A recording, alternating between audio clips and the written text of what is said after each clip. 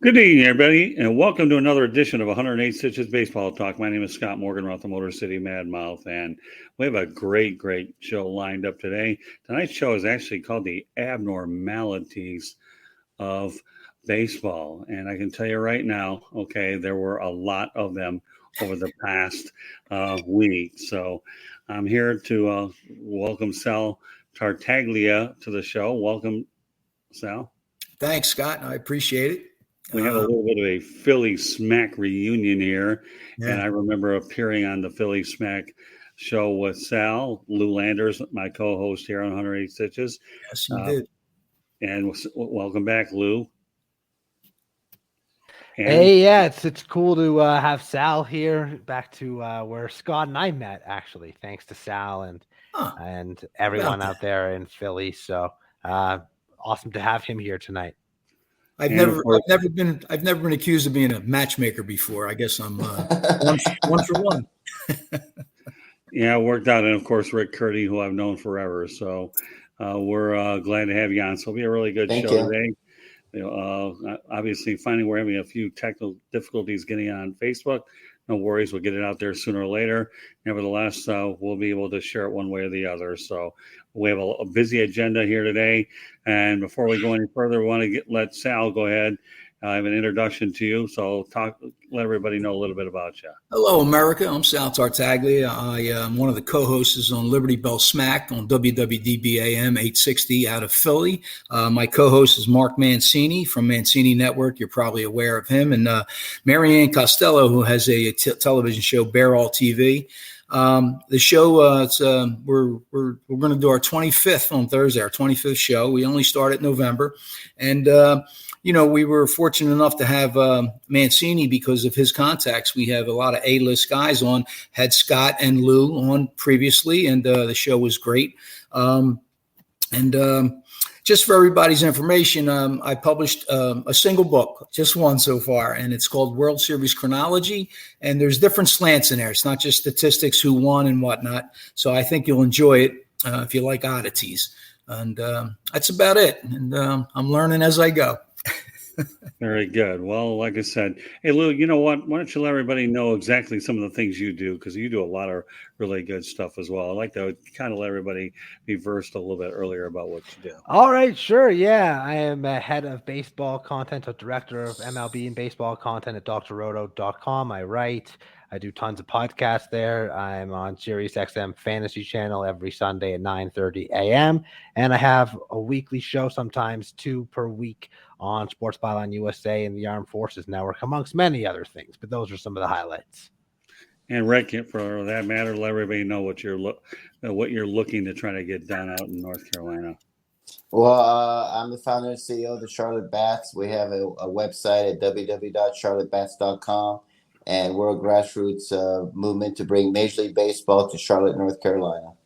All right, folks, if you want to find the broadcast, you go on to iHeartRadio and look up 108 Stitches Baseball Talk, subscribe, or you can subscribe to the South Florida Tribune YouTube channel or wherever you get your podcast, or go to www.southfloridatribune.com. We have a busy agenda today, and I have a great crew, and I'm definitely looking forward to what we got. So we'll lead it off here, as they all say in baseball, leading it off with Japanese 20-year-old Roki Sasaki. We all know that he threw a 19K perfect game, and now we're piggybacking off of that situation, and he extends his streak to 17 consecutive perfect innings. Recent start, Chiba Lade Marine. So he was actually pulled after 8 innings in a 1-0 loss to the Hokkaido Nippon Ham Fighters Sunday, 14 Ks, and of course that previous start was 13 consecutive strikeouts. So and he had 19 that game. To me, that's pretty unbelievable, Sal, when you think about this Japanese guy, isn't it? It is amazing. And everybody's up in the air because of the Kershaw ordeal, but this was absolutely a much easier decision. And the reason I don't necessarily agree with it, but I understand it more so than what we're doing here in America. And I have a theory as to why it happens to us so much in America, but we'll get to that later. But this kid had thrown 105 pitches in the perfecto. In the 8th inning, he had 102 pitches already. but he was still at 101 miles per hour his last pitch. But they said they pulled him out to protect his arm. And the reason it was 0-0 at the time. It wound up going into extras. They wound up losing anyway. So he might have thrown 130 pitches for no reason. The Harvey Haddocks of Japan, So it's a shame. It would have been amazing, but the kid may have suffered as a result, and he may not have. But the point is, the perfecto wouldn't have been. I mean, you can't look in a crystal ball, but the end result was, and we can all hindsight 2020, we can all say, well, it would have been a loss. So they saved him. So it turned out to be, a happy ending in a way, I think. Your thoughts? What are your thoughts, Lou? I have no issue with him being pulled after the 100 pitches, considering it was the back-to-back starts. 200 plus pitches in a matter of 5-6 days is a lot on any arm. Let alone a young arm at that, a guy that throws that hard. If he was throwing 92, 93, I wouldn't be as concerned. But when you're putting in that max effort for 100 plus, as Sal alluded to, I think it's a smart idea. And you know what? He can go out and maybe his next outing throw another 7 or 8 perfect innings and build upon the streak anyways. He doesn't need to get a perfect game every time to build upon like a crazy 20, 30, 40 inning straight of perfect game, right? So that'd be pretty cool on its own right. Yeah. Right? Yeah, I don't have an issue either. He throws fast. He just came back, did a perfect game. Probably could have done back-to-back probably, but he's young. They want to save his arm. We pretty much know he's going to go to the majors. Every major league team will want him. So, I mean, it's a good move. I understand it. I love to see him back-to-back no-hitter, but, maybe in my lifetime I will. But I understand, especially with all the analytics going on and everybody's so afraid they don't want to see the next Mark Pryor, who was pitching great and messed up his arm and never was the same, or even Fernando Mania and all those screwballs messed up his arm. So people are so afraid of that. So I totally get it. It's funny you mentioned Pryor because they did the same thing in Chicago with Kerry Wood, Yeah. It's a shame. Yeah, good point bringing up Kerry Wood. When you're talking about young pitchers, let alone Japanese younger pitchers, you don't know how hard they push those guys out in Japan to try to get them pushed. I know one thing, Billy Martin probably would be an interesting manager out there. He'd push anybody to those complete games. Anybody knows anything about the history of baseball? I know I got an intelligent crew today. Billy Martin was the guy that pushed his pitchers, I think, as hard as anybody that I've ever seen, Sal. Yeah. Well, he brought Minnesota and Detroit. They weren't really that good of teams, either one. And the way he managed, I mean, he willed them to the postseason. They didn't go far, but Billy cracked the whip. But it was a different time, a different game. So. All right. Well, when I talk about abnormalities of baseball, here's another one that we're going to throw at you. And that being the fact that Corey Seager was walked intentionally by Joe Med with the bases loaded Friday. The Angels win the game 9-6. Okay, the second bases loaded walk in his career, and the third in the majors since 1950. A little bit of a history as Joe Madden walked Josh Hamilton when he was the manager of the Tampa Bay Rays. So, Corey Seager. We all know Barry Bonds got walked with the bases loaded in 1998, and Josh Hamilton in 2008. So, Joe Madden's been known to do what he's got to do. The Angels had a 5-run fifth inning, and evidently Joe Madden was looking to avoid the big innings. So, what can you say about Joe Madden, the guy that lives in buses? He does all kinds of crazy things. So, Sal, give us your Corey Seager take on this one. Joe said he did it to shake them up. They came into the inning with a lead. When he did it, they had already relinquished the lead. They were down 1. But the pitcher, Austin Warren, he doesn't have a lot of experience. Last year, he only pitched 20 innings and he had 5 walks. This year, he pitched 2.1 and he's got 1, not including the intentional. So Joe may have thought, I don't know what his roster situation was. I know it was early. It was the 4th inning. The situation wasn't critical. Again, if it didn't work, they'd have crucified him. But it's ironic that the 3 times you had mentioned, all those games turned out to be wins for the manager that did that ridiculous move. So, I can't justify. I wouldn't do it. But then again, I'm sitting here in Broomall, and Joe Maddon's a major league manager. So, but it's odd to say the least. Even Aaron Boone questioned it. I mean, he didn't criticize him, but he was perplexed. When moves like that work, then it is hard to second guess a person in a game like baseball, where second guessing is the nature of this animal, right, Mr. Opinion? Yeah, I just remember seeing Mike Trout's face that when you see him in there and he looked so confused, like, what in the world? I had no idea Corey Seager was Babe Ruth or Lou Gehrig or it's just Joe Mann. He does some nutty things. I hate it. I think it's dumb. I mean, the Barry Bonds one I can understand because he was so jacked up on steroids and he was hitting like 800 home runs and had like 1,000 on base percentage. So that I understood. But Corey Seager, really, and to shake him up, maybe he's trying to shake up Artie Moreno to get some decent pitching. I mean, I don't know. So would I have done it? Absolutely not. It's just with the bases loaded, it's Corey Seager. No offense to Corey Seager, but Corey Seager. And so, but he won. So that's all that matters. But would I have done it? No. Yeah. So, Lou, I think the contract for Corey Seager, wasn't it $325 million? It's a lot of money, yeah. He got a lot of money. Like 10 years. So I guess that is worth an intentional walk, getting paid a lot of money. Yeah, a couple things. I was totally against them doing this until Sal told me that Aaron Boone was against it too, because I think Aaron Boone's an idiot. I think he's a horrible manager. And I wish the Yankees would fire him. So if Boone didn't like it, it probably was a smart move. But in all seriousness, I think it's interesting that all 3 times this has happened, it's been left-handed hitters. Twice it's been left-handed hitters on the Texas Rangers. And twice it's been Joe Maddon. They won, cool. But, yeah, I could never endorse walking in a run, especially when even the best players in the game are only successful, 3 times out of 10, 3.5 times out of 10 if you're on the really, really elite side. So chances are 65 to 70% of the time you're going to get him out anyways. So I'm not sure why you're taking a risk. And if you do want to walk him, instruct your pitcher to pitch around him, but don't give him the free pass. Just don't give him anything to hit.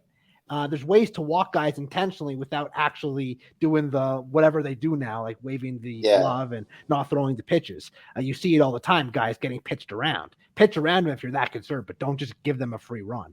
I don't care if you win the game or lose the game. It makes absolutely zero sense. I don't care who you are. I don't care if you're Juan Soto or Acuna or Mike Trout or Tatis or the elite in the game. Corey Seager's a great hitter, and he's proven to be that, but he's not good enough that he's going to warrant being given a free run. He's also not really known as a power hitter either. It's not like you are overly concerned about a grand slam. Is it possible? Sure. But worst case scenario, he might have walked. He might have gotten a base hit somewhere and 2-run score. But again, 70% of the time, you're probably getting him out. So a lot depends on the situation and who's coming up next, but they wound up scoring 3 more runs anyway. So they could have been plugs. It didn't matter. So the move was wrong. You might have gone Seager to pop out, and then it wouldn't have happened.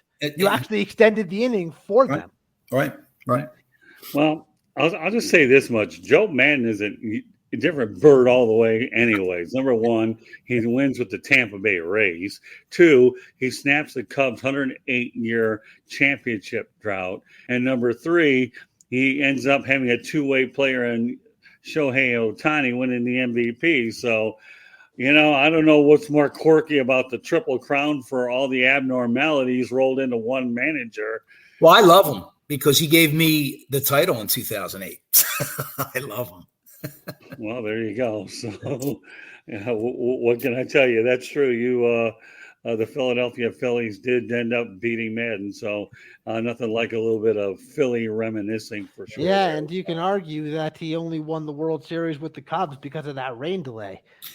He overused Aroldis Chapman that entire postseason and in the World Series. Chapman almost blew it, basically did blow it. And if not for that rain delaying that Game 7, Cleveland might have come away with that game. So Madden fairly lucky to have won that World Series.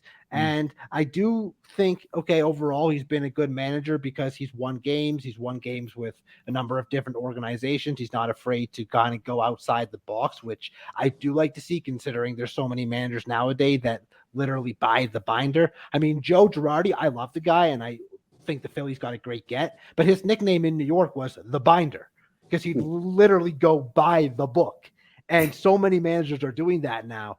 So that's one thing I do give Madden respect for, is not going by the book, but he went way too far outside the book on this one. Yeah. It's funny how Lou, I'm really glad you brought this up. Okay, Aroldis Chapman, Joe Madden really didn't care whatsoever how hard he used him because, number one, he figured he was going to be a rental. So if I'm going to get a rental, I'm going to take that rental 200 miles an hour, and I don't really, frankly, care. And, I'm glad you brought that up. I really am. Chapman honestly has never been the same pitcher since that. Did you see what he did this week? One game he walked the bases loaded. They brought in another pitcher. I forget. He got the save. It was Michael King. He got the with save. no outs, and he saved the day. He got what did he get? A strikeout and a double play. Double play. Yeah. And then the next game that Aroldis was in, he did the same thing, walking in the winning run. So I mean, he laid 2 eggs in a row. He may be. I mean, if that continues, you got to wonder: is he at the end of the line? He's had command issues since that postseason, and very erratic at times as well. Still very dominant.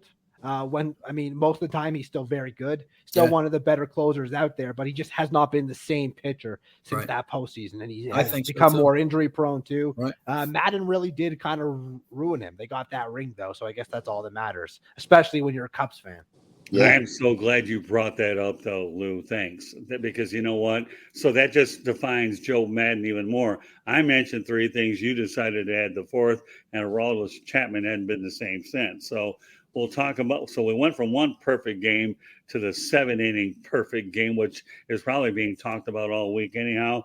And for those of you who haven't heard by now, which we know you have, we'll talk about Clayton Kershaw being pulled 7 innings, a perfect game by Rick Curti's favorite manager, Dave Roberts. And I'm a Dodgers fan.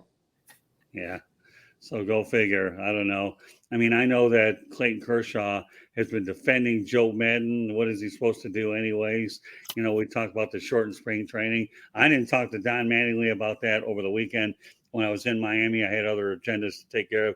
And obviously the Kershaw one wasn't something I prepared to do, and I didn't really care because that wasn't what I had to do. So, all right, Rick, this is your opportunity to rant about Dave Roberts, since you have an easy way to do it with Clayton Kershaw's 7-inning perfect game. Well, Lou talked about Aaron Boone being an idiot. I think Dave Roberts is the village idiot, and I'm a Dodgers fan. I've been trying to get Mike Scioscia to be the man. I want Mike Scioscia to be the manager of the Dodgers. I've been saying that for the last 2 or 3 years. Roberts is a great manager, but he does the most idiotic things. It's the second time that he's done this. They should have kept Mattingly. Yeah. I mean, it's just – I love Mattingly. I wish they kept him too. But if we can't bring Mattingly back, I'd love to see Mike Scioscia. But Roberts, he just does these dumb, stupid things. And, of course, he's going to blame it on the short spring training and all this stuff. And to me, it's just a bunch of analytics, mumbo-jumbo stuff. You don't take somebody out. I don't care. You don't take them out. In today's baseball world, if Nolan Ryan was pitching and he's just striking everybody, you're going to take Nolan Ryan out? Nolan Ryan would have beat him up. If Dave Roberts came out to get the ball, Nolan Ryan would have punched him in the face. Yeah, and that's what I miss about baseball. And Kershaw, God bless him. Oh, are you kidding me? You think he was happy to be taken out of a perfect game with 80 pitches? He didn't throw like 110 pitches. He threw 80 pitches. He handled it with class. You don't take him out. And this is the second time Roberts has done this. He's an idiot. Right. And please, Dodgers, bring Scioscia. We want Mike Scioscia to be the manager. And I'm a Dodgers fan. I grew up in Los Angeles. My whole family are Dodger fans. Bring in Mike Scioscia. I'm just tired of Dave Roberts doing these dumb, stupid things. And, he's lucky he's won the World Series and in the short year. But, he won the World Series. But, no, you don't do this. Just like intentionally walking someone with the bases loaded. It's just some things you don't do. Just like you don't bunt, to ruin a no-hitter. There's just some things you don't do. And you don't take somebody out, especially Clayton Kershaw is going to go to the Hall of Fame. One I thing hate Kershaw this. hasn't done on his resume is throw a perfect game. Yeah, I mean, he's done everything He's done else. everything. Yeah, and I don't care if it's April. I don't care what it is. He was on a roll. You don't take him out, and this is the second time he's done it. Just go away, Dave Roberts, and bring in Mike Scioscia as the Dodgers' new manager. Mm-hmm. Well, Sal, now you know how Rick feels about. I'm very shy. Dave I'm Roberts. going to play devil's advocate because there's two sides to this, and I don't agree with taking them out either. I don't want you to think I'm advocating that, but the justification. Well, first of all, the 80 pitches weren't stressful pitches. See, you can throw 80 hard pitches, okay? They were non-stressful pitches. So but the justification they were using was they were talking about Santana, and he threw 100 Johan in New York when he threw the. Ironically, it wasn't even a no-hitter. They gave who was the batter? Beltran. They said it was foul. That was a hit, but I don't want to get into that. But they said, he threw 134 pitches and he went like 3 and 6 the rest of the way. He was never the same. But this was a whole different scenario because they weren't stressful pitches. It was nowhere near 100 yet, even number one. You alluded to Rick that Roberts also did that to Rich Hill in 2016. So he's got a history of aggravating fans, But I believe the culprit in all of this is Little League. You got guys letting kids throw hooks like way too much, more so than if they were in the bigs, like because kids can't hit a curve right away, until they adjust in their teens or something. But somebody's got to go back down to the grassroots level of this thing and correct it. If they have to mandate a rule, then I'm all for that. I mean, you never want to give the state or the government any power because you can never get it back if you should change your mind later. But, it's just common sense. Stop throwing curves when you're 9, 10, 11 years old because it's going to show up 10 years later and it's going to cost you. Yeah. Cost you like Fernando with all the screwballs that the Dodgers did. Yeah. Messed them up. But I'm wondering that kid in Japan, I'm just wondering their Little League. I've never been to Japan, but I would bet my right arm that they're way more fundamental than we are. And yes. With that said, I bet they probably either limit or don't allow the same thing for their children in the little leagues with the hooks and everything, because it's just going to cost you later. And they're teaching these young kids these stupid, annoying bat flips, which is another thing that I hate. I don't even want to comment on that. All that. It's this new generation, and the baseball is just, I just don't get it. It's all about me. Look at how far I can hit a home run. Look at how far I can flip a bat. Who cares? Right. So if the chin music arrives after, I'm all for that. Okay, you want to flip the bat? Everybody has to be accepting. It can't be just your way. So if I give you a little chin music the next time you're up, don't charge the mound, dude. It's part of the game, just like your bat flip has snuck its way into becoming part of the game, which I'm against. But, I mean, you poke the bear, you're going to get bit. So, if you got to accept all ways, not just one way. Well, the irony is you have 1 week where you have Roki Sasaki, which we understood the reasons for doing it because he's young. And yes, you don't want the Kerry Wood comparison. And then you got Clayton Kershaw where, he's not quite as young. And I'll just say this, okay. I would have liked to have seen him get the perfect game. Nowadays, it seems to be the norm, instead of the exception to the norm, that guys aren't being allowed to. You're seeing more combined no-hitters. You're seeing more perfect games being denied, which I think stinks. I really do, because we're losing the purity of the game anyhow about what makes these accomplishments are tough enough as it is, let alone the fact that we don't get to do it. And then during the pandemic, would you have a 7-inning no-hitter that nobody paid attention to? So, yeah, I know, again, when I talk about abnormalities of baseball, boy, I don't think we could have titled it any better, right, Lou? No, and thank you for acknowledging me with my hand up there. I was being polite. I just have some thoughts here on this Kershaw perfect game thing. So, of course, I'm not happy to see him get pulled. I was watching really since the third inning of that game, and I was watching him. He was just dazzling with that nasty breaking ball of his, locating, looking like vintage Kershaw. At the same time, I'm just going to play devil's advocate as Sal did. He barely pitched last year. He's had a lot of injury issues. There was a shortened spring training. He was not stretched out. The biggest thing that I heard, and I think I understand it because I respect the guy so much, Joe Torre came out and commented on it and had said that he's been faced with those predicaments in the past. And the issue is you either take them out after 7 or you let them go the distance, because you can't take them out after the 8th and say, no, you can't go out there and pitch the 9th when you're 3 outs away. So Roberts wasn't that predicament. He had to decide, I'm either going to let this guy go. It might be 110, 120 pitches by the end of it. You just don't know. Or I need to take him out now, because I'm not taking him out when he's 3 outs away. And that was the one thing I heard throughout the week that did resonate with me. Still upset as a baseball fan that I didn't get to see Kershaw go for it. I wanted to see it, but I think that's something that it was noteworthy. Great point. Let me ask you a question, Rick, real fast. Sure. Didn't Rich Hill pitch into the 8th when they pulled him out of his perfecto? Yeah, and then didn't they lose? They lost the game too. And one last note on your Dodger fandom and Scioscia.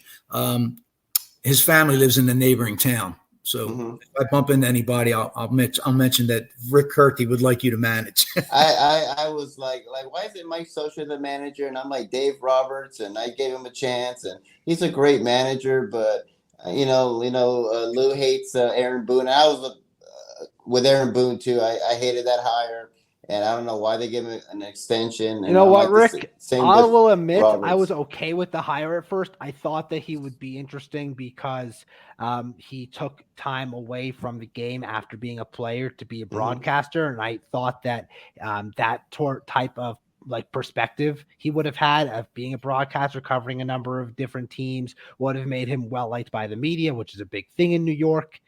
But I quickly got over that when I saw the bonehead move after bonehead move after bonehead move. I mean, just the other night, they lose a game to the Orioles because it's a tie game. They have a pitcher in, Weisick has thrown 30 pitches, walking guys. The Orioles pinch hit with a lefty. There's a lefty ready, warm in the pen, just standing there waiting to come in. Boone sticks with the guy that's erratic, thrown 30 pitches, not on his game. What does that guy do? Base hit up the middle. The Yankees lose the game. Lefty sitting there waiting. I'm not saying warm up the lefty, stall. The guy was literally in the bullpen waiting. The Orioles handed you the lefty-lefty matchup, and you don't take it. And that's just one of the many things that Boone does on a consistent basis that drives me absolutely insane. Well, maybe they can bring Derek Jeter to the Yankees. Derek Jeter could be the new Yankees manager. How's that? I mean, Jeter's too popular and famous to ever be a manager. That's why he tried to get into ownership. Honestly, I would have preferred A-Rod as a manager. We love Boone, and I don't want A-Rod down here. A-Rod, yeah. Well, there's only one thing I want to say as before we move on, and I'm going to reference you, Lou. Okay, I'm glad that you brought up the Joe Torre thing. That's either 7 or 9. That to me was something I hadn't heard before, and now that I understand the way you brought it up, I'm not saying that I like the fact that he got pulled after 7. Yeah, me either. But the reality is to me, I don't know if I have any more sympathetic. If I'm more sympathetic to Dave Roberts. But your logic behind what Joe Torre said to me, and Joe Torre's a winner anyways, I guess I'm okay with that. So with that said, as we move on here a little bit, players need to be vaccinated to go play in Toronto, and how it affects the games. Well, obviously, the Boston Red Sox, right, Lou, are having some issues as they go back across the border. So why don't you shed a little bit of light on that? Yeah, well, I mean, it's not just going to be the Boston Red Sox. It's going to be a lot of teams that go to Toronto. And there's 2 issues with it. One, it gives them a crazy home advantage because there will be players on all these teams that aren't vaccinated. And I'm pro-choice for anything. Basically anything, I'm pro-choice. So I am totally fine with players wanting to or not wanting to be vaccinated. The second issue with this, besides how it affects the game, is now these players get scrutinized because they're not vaccinated. And it becomes this whole big mess in the media and by fans, and players don't deserve that. I understand that their play is up for scrutiny because they're professional athletes, but their personal life isn't. especially when they're not breaking any laws. So we're not only affecting the quality of the games where some of the best players on these teams might not be able to travel with the team to Toronto, we're also having them scrutinized for something that is totally their choice and their personal choice. And I just think it's kind of ridiculous in its own right. I understand Toronto itself and the Blue Jays didn't make the rule. It's the country of Canada, a country I'm from, a country that I love. I don't agree with this, though. And I think for something as big as professional sports, there should be exceptions made. If you will need to quarantine them by picking them up from the airport, putting them in a special car and taking them to a special hotel room, whatever. But the Rodgers Center has a hotel literally attached to the stadium.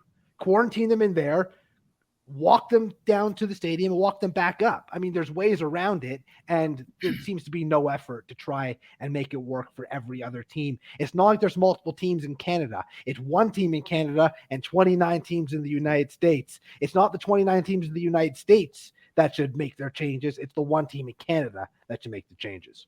So basically, competitive imbalance that happens to favor the Blue Jays because of that rule that you have is really, if I'm understanding you correct, Lou. Basically, but my bigger issue is what it does from a scrutiny standpoint of these players. Challenge them all you want on them having a good or a bad performance. That's fair. That's fair game. They're professional athletes. Things are televised. They're social media, but their personal lives have nothing to do with what they do on the field. And that's going to become a problem more and more as the season progresses. Just wait. Interesting. All right, Sal. And there's way too many contradictions with this vaccination thing. For instance, I know it doesn't involve baseball, but I just want to go back late last year. The Flyers played in Montreal, and there was no fans in the Forum. And the next night, there was a fight, and it was filled. I mean, come on. The thing with Kyrie, he was in the stands, but once he got to the locker room, they fined Brooklyn $50K because, I mean, listen. If you're going to make a rule, stop contradicting it because that fuels fire to the argument then. So, yeah, it's crazy. And I didn't get a chance to peruse the entire schedule, but I know the A's have 6 players on the COVID list right now. And they play Toronto July 5th and 6th, but it's going to be in Oakland, so that won't be an issue. Plus, it's far enough away where whoever has it, you know what's ironic, Sal? Yeah. Is that Oakland just came from playing in Toronto. Yeah, well, right. And Boston. And now they all have COVID. And Boston's playing Toronto now. And they have 3 people. Are they in their organization? Not players, they said, right? They're just organization people. In Boston, I think. But with Oakland, there was a number of players. Yeah, so you need to be vaccinated to go to Toronto. But guess what? The first team to get hit by COVID issues was Oakland, who came from Toronto. Exactly. So something's got to give here, folks. Exactly. Rick? Yeah, it's just too much. We don't know what's going on. I was just watching the news the other day, and they're talking about airplanes, and there are people who have masks on that had no idea that you don't have to wear your mask anymore. Oh, you don't? I didn't know that. So that's the confusion what's going on. Like some places are like, you don't have to wear a mask. Some you do. And I mean, I'm fully vaccinated, but that was my choice. You know, and if I have to wear a mask somewhere, I put it on. And if I don't have to wear it, I don't wear it. I just want to get back to my normal life. But, I'm just like, there's just so much contradiction going on. Just like some place you can wear one, some places you don't, some place you have to be vaccinated, some place you have to show proof of vaccination. And I think people are just tired of it. They're sick of it. We've been going through this for 2.5 years now with COVID, and right now, I don't know what the CDC guidelines are. I don't know what's happening, what's going on. But like Lou said, one place someone could play and another, oh, yeah, you can't be here because you got to be vaccinated. So I think that's what's irritating and frustrating people is that we just don't have no idea what these guidelines are. They're all up in the air, and it's just so much contradiction everywhere. All I'll say to this, and again, I'm going to lean toward your direction again, Lou. Okay, in addition to the competitive side, you're right. The scrutiny that it does with these guys and their families and personal choices, I think, where you really nailed that. I really do. Well, Rick's favorite topic, Aaron Judge, there's rumors that he's not vaccinated. So the Yankees have to go play their biggest rival potentially in the division in terms of competitiveness without their best player. Because he's not vaccinated. Why should the whole organization be punished by a personal choice of one specific person? And why should that one specific person be scrutinized for making a choice about his own body. Yeah. No, I can appreciate that. And the only thing I'll say about my vaccination stance, since I don't mind talking about it, is I lost my Aunt Judy to COVID-19. She was like an older sister to me. And part of the thing I felt in my mind was, if she died, I was going to get the vaccinations, the booster, whatever. And if that isn't a painful lesson for me personally to lose undoubtedly the closest person in my life outside of my dad, my wife, and my brother, I don't know what it is. But again, everybody has personal choice what they do. And right now, I don't fly a whole lot. I personally would rather drive. That way I feel like it's easier to do it. I'll fly only when I have to, and I'm really locked in time. But I understand their personal choice, and I'm not so sure that we'll ever have a certain set of rules. But everybody likes to knock the Miami Marlins. I'll have an opportunity since I began covering them during the 2020 season, how everybody laughed at them because they were throwing balls in their socks, and they were the ones that were called out first, and then the rest of the dominoes dropped with the St. Louis Cardinals, and everything was thrown out of whack. So, but yet Don Mattingly, everybody's favorite person, navigated through it, and they found their way into the playoffs. So, yeah, I guess that's probably another reason that bring on Don Mattingly as a manager someplace. But how do you talk about the Marlins without COVID-19, knowing that they lost everybody on the planet in Atlanta? Oh, what a nightmare that was. So. All right. Well, now that we've got the COVID-19 thing out of the way, let's talk about best fits for former All-Star Justin Upton to sign with, the former LA Angel, and the inside information, Mr. Landers. Well, if he's vaccinated, Toronto, maybe, right? No, but in all seriousness, it's interesting. The Angels did not cut him because he can't be a productive player even in a platoon. They just had a lot of young outfielders with Marsh and Adele there, and then Ohtani's kind of locked into the DH. They have Trout, so he wasn't really a great fit for the Angels. But I think Upton could help a number of teams, even whether you're looking for a DH type, because he has lost some abilities in the outfield at this point. I know he was getting some reps at first base early in camp with the Angels to try and find him a spot, so maybe teams get creative that way. But with the NLDH, there's all these more opportunities. Teams have gone a lot more to platoons these days as well. So if you're looking for a platoon with a left-handed DH and you want to have a right-handed option, I think he could fit in there. A team like the San Francisco Giants might be interesting. If a team like his former team, the team he came up with, the Arizona Diamondbacks, were interested in a reunion there, that can make sense because they have Seth Beer, who's an excellent hitter against right-handed pitching. But he might need to wait for a key injury, Justin Upton, a key injury to a significant bat, and kind of go from there. I thought maybe, believe it or not, when the Blue Jays lost Teoscar Hernandez I'm not kidding here, that he might have been a nice fit for the Blue Jays, but they're deep. They have enough depth there. But I really think he could fit in anywhere that needs a veteran player who can hit left-handed pitching and play some outfields every now and again.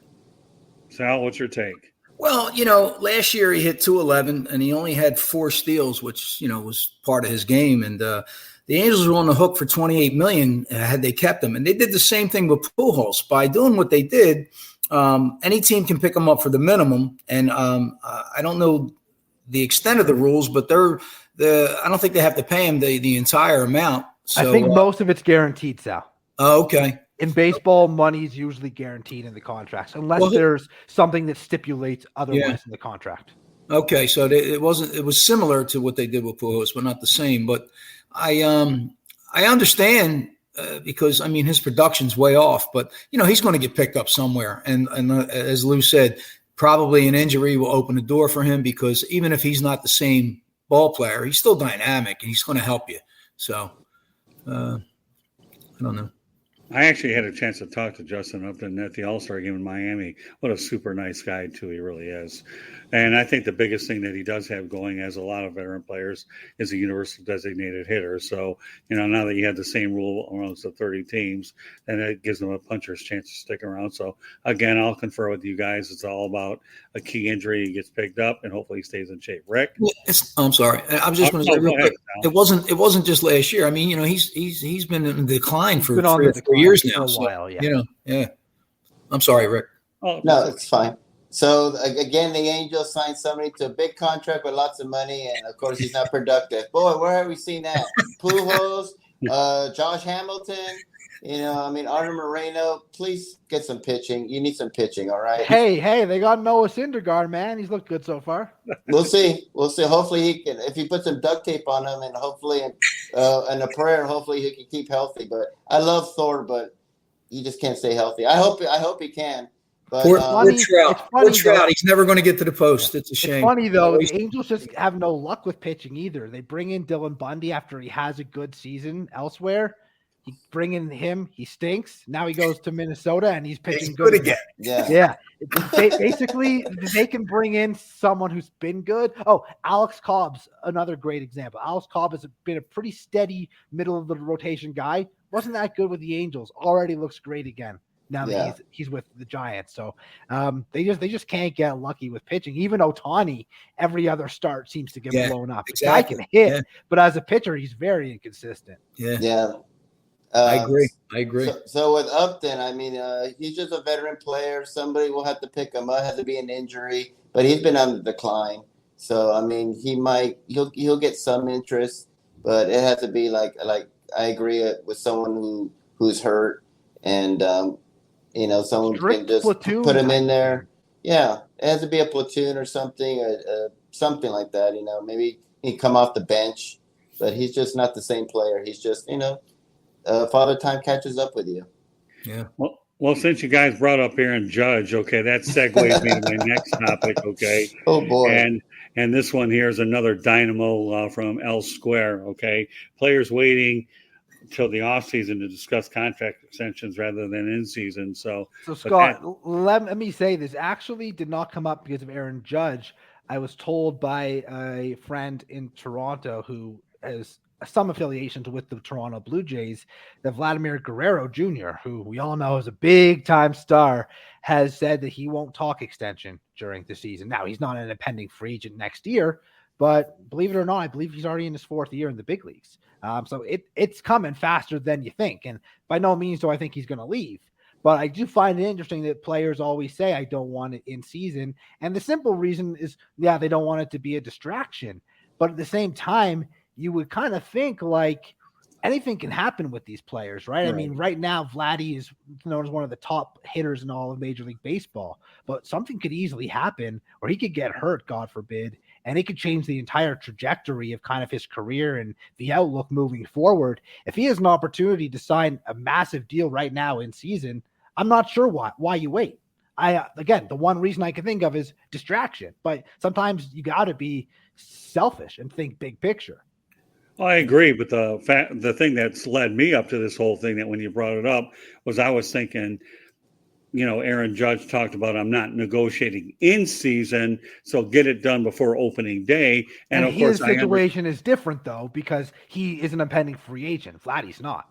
Right. No, I understand that they're different, but I can appreciate where you're coming from when you brought one negotiating in season versus during the off season. That's the only place where I'm drawing the correlation. Every situation notably is different. So, could but you either also way, not make the argument that not signing the deal before the season is just as big, if not more of a distraction than actual talking the contract in season? Because I'm not saying it's the reason, but Judge is off to a terrible start. Right. And sure, it could be he's just not warmed up. Yeah, I mean, some guys start slow. It happens all the time. Right. Some of the best players of baseball hitting below the Mendoza line right now because it's 10 days in.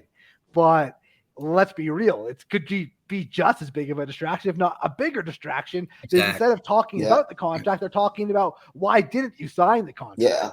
So he wanted this absorbent amount of money for all this years. And like you said, Lou, he's going to be 30, and people see that and say, here we go again with these greedy baseball players making millions and millions and millions of dollars, and they turn it down, and it's just they're a bunch of divas, and I mean that's a distraction right there. And he's already struggling, and you're in New York City where the New York fans are not very kind sometimes, and Sal would know that about the Philly fans, right? When they boot Santa Claus.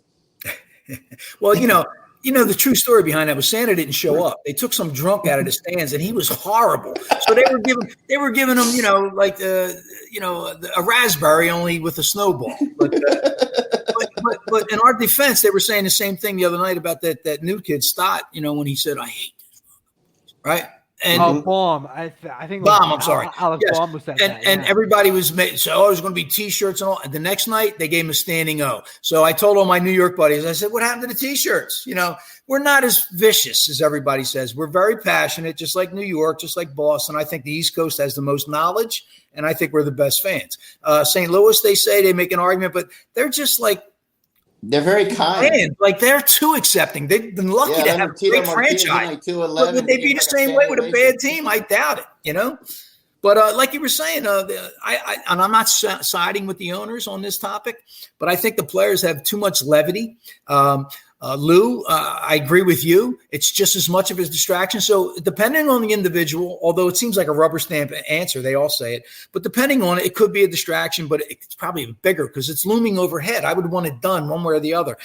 They're taking a gamble on themselves because if they have a great year, they can command more, and that's all well and good. But you mentioned Vlad earlier, and a synopsis of this, to put it in a nutshell. Taking a gamble on yourself for the season, and it's not working out for Judge so far.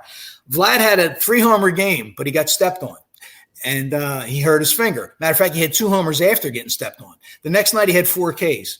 So in a nutshell, there's the same scenario, only in a 2-day span as opposed to the whole season. You gamble on yourself, you never know what's going to happen. And take it a step further, because Judge is becoming a free agent. Vlad doesn't need a new contract for a couple. No, of I'm years. not using him in that example. I was using his Yeah. injury in the 2 games, Yeah. how disparaging they were. Matter of fact, he's the first guy in history to have a 3-homer game and then a 4K game back to back. So sorry, I wasn't saying on your point. I was taking to another point. It is a bigger distraction. The more I've heard you talk about it for Judge, because every single game, it's now a distraction. Because when he has a bad game, or he doesn't come through with guys in scoring position and 2 outs late in the game, whatever it might be, every time he doesn't do something well, he gets scrutinized for it. Because, you're not worth the money. You're not worth the money. Right. And then multiply that by 1 million being in New York, not in Minnesota or Cleveland or wherever you might be. It's a even bigger distraction. Now, if he got off to a start where he's hitting 400 with 4 homers and 10 RBIs already, it wouldn't be a distraction. Exactly. They'd be like, pay him, Yankees. It'd be all over the news. And right now, it probably has a picture of Judge in the news, the newspaper, where he's like, "You're a bum. Get out of here.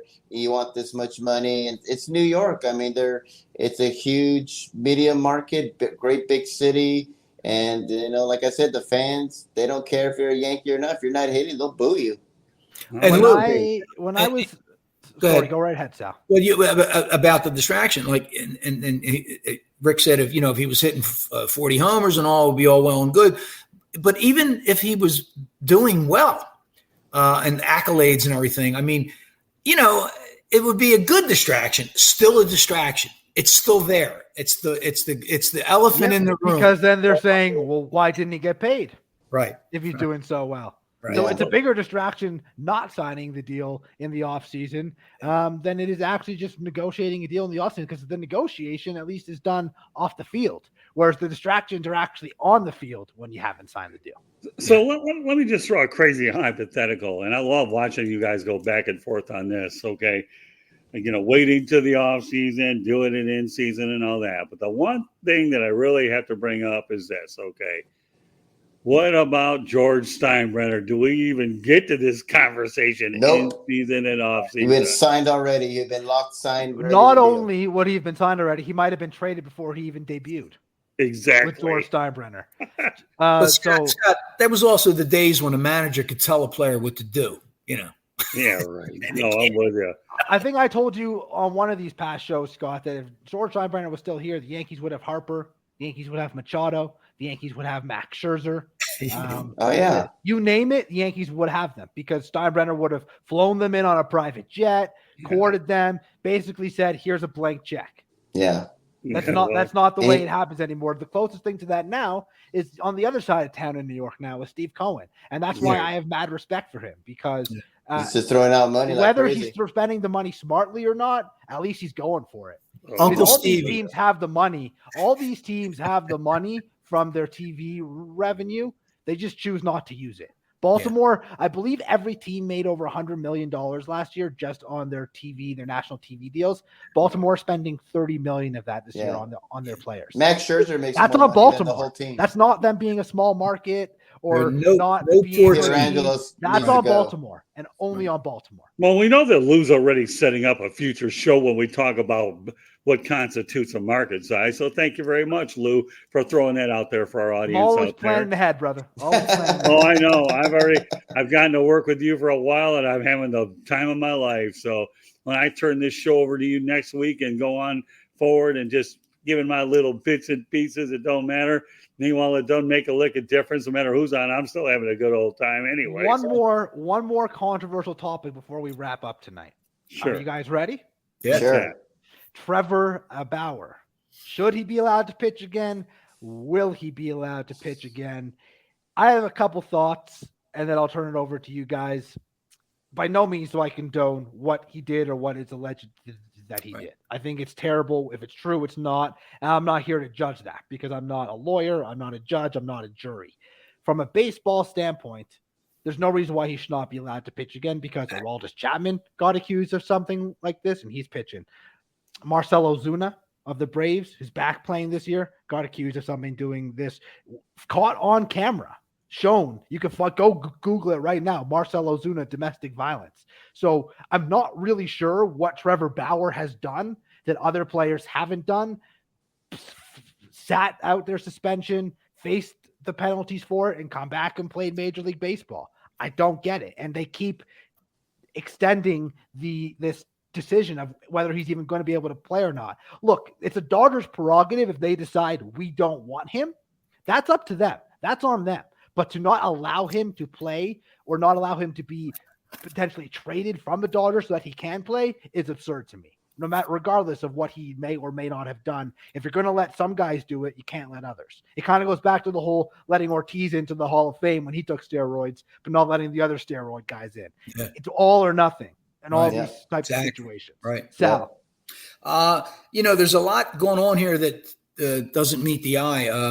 I was amazed to hear. It's perplexing, really, that the union and the league agreed to this. I don't know. The union's not even backing them. So there may be some other issues. I don't get it. PC, bro. It's a PC world, and we're all living in it. Yeah, but still, I mean, then he forced the issue because there's supposed to be a binding agreement, and he wanted to attack it. And if there wasn't a document, he was just going to show up. Then Manfred was faced with the decision whether or not he had to suspend him. And he's due $32 million this year and next, and suspended players don't get paid. So he's not suspended yet. He's just, his leave is extended and extended. But I'm going to give you, and again, like you, I don't condone it either if it's true. But the DA is not bringing any charges. A judge didn't even grant a restraining order. They grant restraining orders whether you're guilty or not, just on complaints. So, I mean, I don't think he did what he's accused of doing. And, how about Deshaun Watson? He's been accused of this same thing 23 times, and he's allowed to play. Different sport, but still, he's done it. Yeah, he's done it way more. He's not only allowed to play. You see the contract he signed? Guaranteed. Man, it's amazing. So, it's amazing. I'm not sure why they're making a spectacle out of Trevor Bauer. And there's something going on besides. The only thing I can think of is he's just not a likable guy. A lot of people think he's arrogant and kind of a. You ever see him interviewed? He's an idiot. He's arrogant, and then the whole sword But you know thing, what? That doesn't change the fact that he has the right as every other MLB player does. Bonds was a creep to the press, so big jerk. Oh yeah. I don't know. I don't get it. What do you think? Aaron Rodgers is kind of a jerk too. Yeah, right. But I like the way he's Aaron Rodgers. standoffish. I have no issues with those. He's not a prick. He's like sly. He's like, he has a wry smile when he says leaves open-ended comments. I love Rodgers. But even, you know what though? Even if they are jerks, I don't have an issue with it. I'm fine with people being individuals. I'm not trying to be friends with Trevor Bauer. I just want to see the guy pitch professionally as a baseball player. Is the only sport where your character comes into play with the Hall of Fame. You got guys in NFL and NBA that are in the Hall of Fame. They might have been Ray Lewis. Ray Lewis stabbed somebody. His buddy took the weight for it, and that's why he continued to play, because Ray Lewis paid that kid to take the charges. You understand? And he's in the Hall of Fame. Nobody brought that up. Major League Baseball is the only one. Look, your statistics determine if you're good enough to be on the team, if you're good enough to win titles, if you're good enough to go to the Hall of Fame. Not what you had for breakfast, or you called your neighbor an idiot, or, it's crazy. I don't get it. I don't. Yeah, I just think that the whole Trevor Bauer, either he pitches or he doesn't. Quit dragging this He thing. must have pissed in Dave. There's more to it than we're. Oh no, I know. That's why I'm actually taking the deferring route here, letting you guys talk about amongst yourselves. There are times, Sal, Lou, and Rick, that I don't mind not saying as much, and this is one of those situations where I'm just going to let you guys just say it, and I'm going to defer and take the fifth on this. I'd like to see him pitch. And I'm surprised it hadn't been resolved by then. And we know that Barry Bonds is the biggest jerk on the planet. And I'm trying to be nice about it. Okay, whether it's an SEC wasn't John Rocker a huge, well-known idiot, and he got to pitch for all those years? He went to the Rangers. Right. Look at Ty Cobb. He was a black sheep after the fact. Horrible racist. During the fact, it wasn't really a big deal. Right. Ty John Cobb was Rocker the most said he didn't care about the player New in the York world. And he allegedly went into the stands, took this guy's prosthetic leg off, and beat him with it. That's what Ty Cobb did, allegedly. Well, and he's the greatest player of all time, in my opinion. They embellished that story, but yeah, he was a crass. 6 people showed up to his funeral. What does that tell you? Yeah. Well, nevertheless, we'll stay on point with Trevor Bauer. I'd like to see the guy pitch at some point. I'd like to see some resolution. But judging by what I'm hearing by you guys, there's more to the situation that meets the eye. I have no idea what's going on. We know that he's an a-hole. We get that he's an a-hole. Yeah. We get that he might have done something terrible. But if he's not going to face charges in a court of law, and they're not going to send him to prison or whatever it might be, arrested for nothing. Then they make him out to be like Ted Bundy. I'm like, I don't know what he did. Did he rape women? And this happened like during the height of the Me Too movement, and that hurt him too. Him not being likable. Supposedly beat a woman up, and there was I have no rough sex and assault. But they didn't. The DA didn't find any evidence to her story.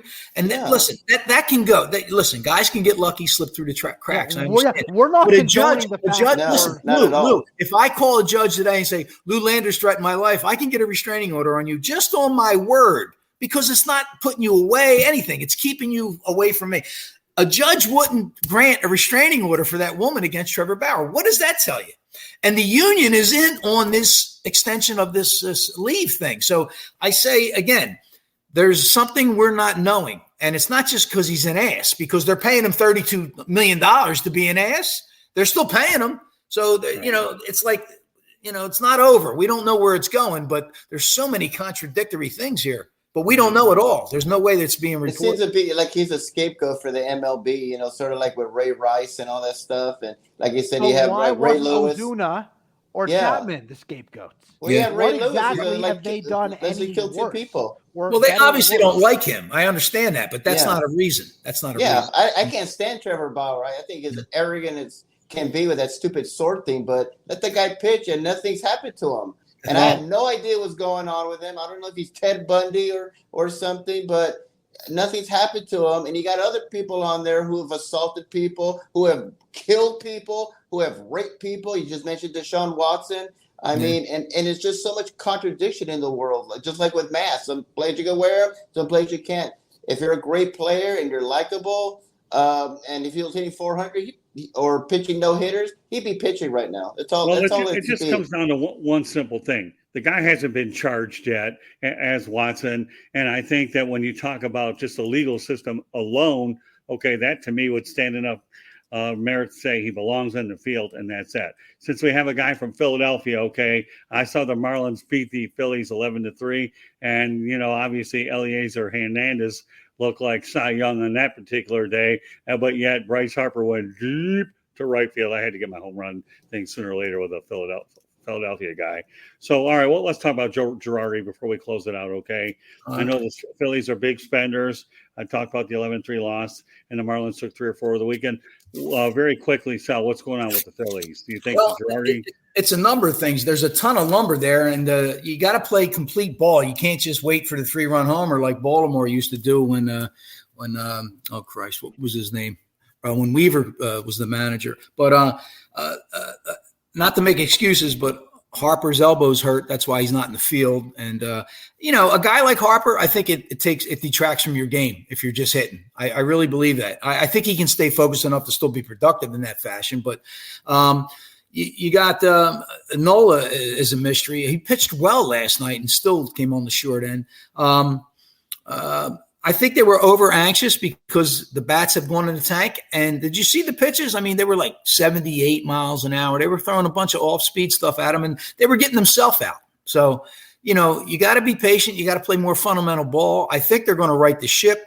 I can tell you, though, Sal, that was a big issue when Girardi with the Yankees, too. It was all about the home run. Relying on the home run. I mean, it's still an issue for the Yankees now, but that seems to be an issue for Girardi. It wasn't. Well, it's league wide. It's not just us. But if you have good ball players, you take advantage of situation ball. You play ball. I mean, come on, man. I don't get it.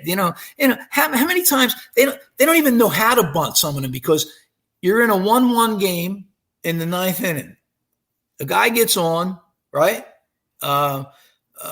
Even first and second, no outs. I don't care if Babe Ruth's at the plate. I'm bunting those two guys to second and third because anything that, the 8 ways you can get on base, anything can happen, and the run that wins the game scores. So, yeah, well, forget about the fact that it sets up a wild pitch, an error, a sac fly, keeps you out of the double play.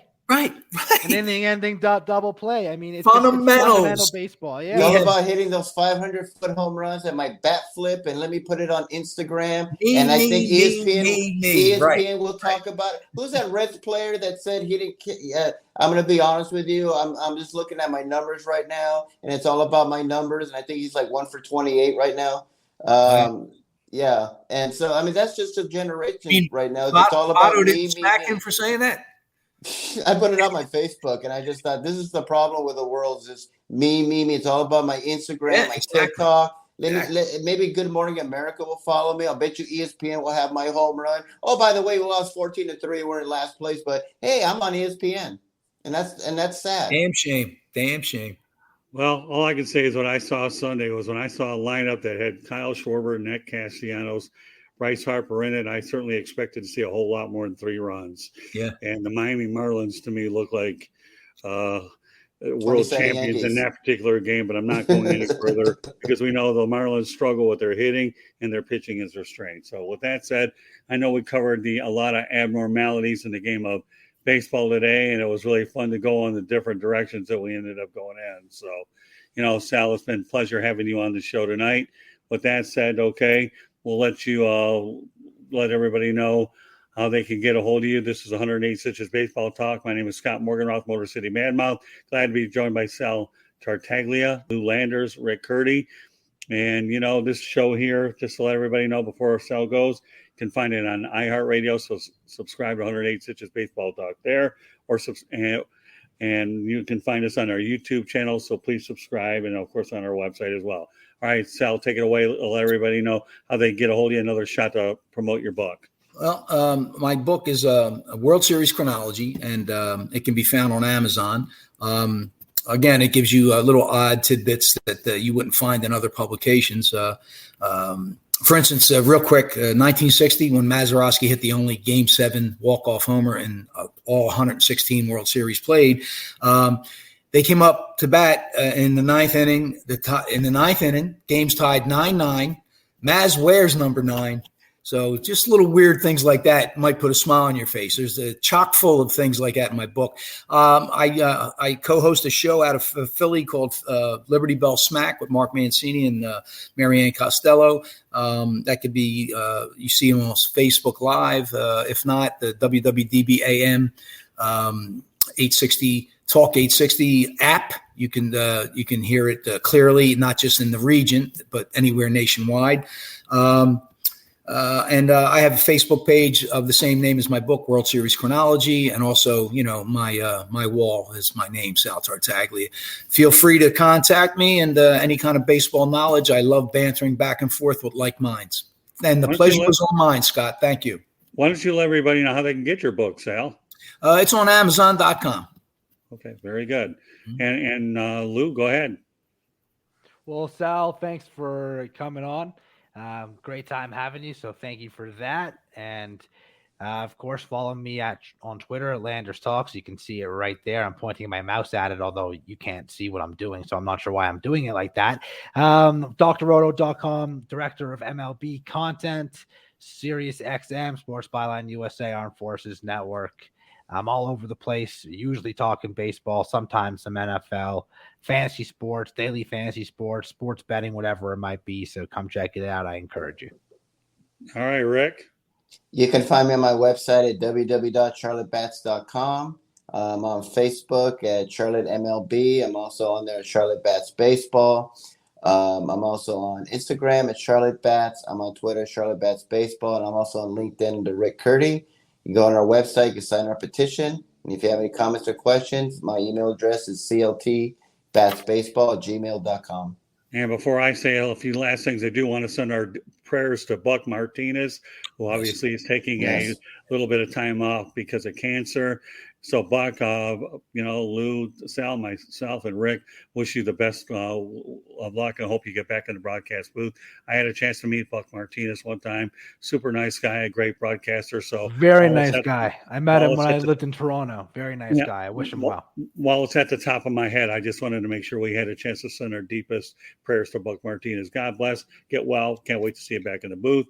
Again, and to close it out on my end, once again, you can find the shows on iHeartRadio or wherever you get your podcasts, as well as the YouTube channel. You can follow us at Tribune South on Twitter, and you can find me on LinkedIn as well, or go to our website, www.southfloridatribune.com, or email us at southfloridatribune@gmail.com. So on behalf of Rick Curti, Mr. Opinion, Sal Tartaglia, and Lou Landers, what a nice Philly Smack reunion here tonight.